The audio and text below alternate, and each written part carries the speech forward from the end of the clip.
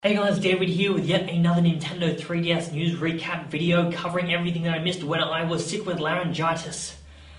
I said a lot of words in a very short amount of time. Okay, so first up with the confirmation that Resident Evil Revelations will have an online multiplayer mode as well as support for Street Pass. But as far as the online multiplayer mode is concerned, it doesn't tie in with like the main single player mode in any way. It's really just like its own independent thing. And by the sounds of it, it's going to be sort of similar to Resident Evil The Mercenaries 3D, just on like a much smaller scale. So it's like 2-player co-op, I think you like this attack enemy, arm an enemy, and it's really just like focused on getting the highest score and that kind of thing. And in terms of the Street Pass support, we're not really sure what it does, but it's there, that's always nice. It is also mentioned that the game is going to be on a 4GB cartridge, meaning the game is going to have a ton of content. And that's pretty awesome. And beyond that, we have a new gameplay trailer for Cave Story 3D, which I'm pretty sure is out pretty soon. And you know, you might want to check it out. And I mentioned in the previous video that I reckon the game is not going to sell too well simply because it's coming out around the same time as like Super Mario 3D Land and Mario Kart 7 and a lot of pretty massive games. And now I believe one of the producers from the company behind the game has actually said similar things. So I'm not going to suggest you go out and buy the game because I haven't played it myself, I don't know if it's any good. But if it seems interesting to you, just give it some thought. The original Cave Story was incredibly popular on the PC. It's become like a cult classic, people love it, so hopefully they have done it justice. We also have some new screenshots from Beyond the Labyrinth, which is definitely one of the prettiest games on the 3DS. It's just a bit of a look at the turn-based combat, looking great, art style is absolutely fantastic.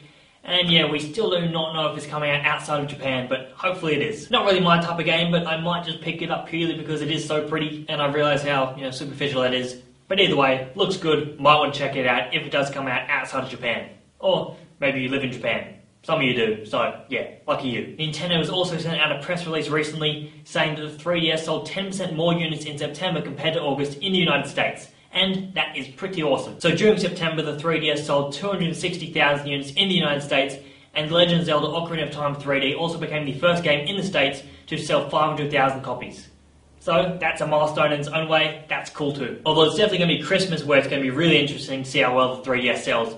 But that said, I reckon it's going to be Christmas in 2012, where it's really going to be like the battleground. Because this year, the 3DS doesn't really have any competition. The Vita's coming out in Japan like in late December, but that doesn't really count. So I think Christmas in 2012 will be 3DS versus the Vita, and it's really going to be like the fierce competition. And that is when we'll know who will be the true victor.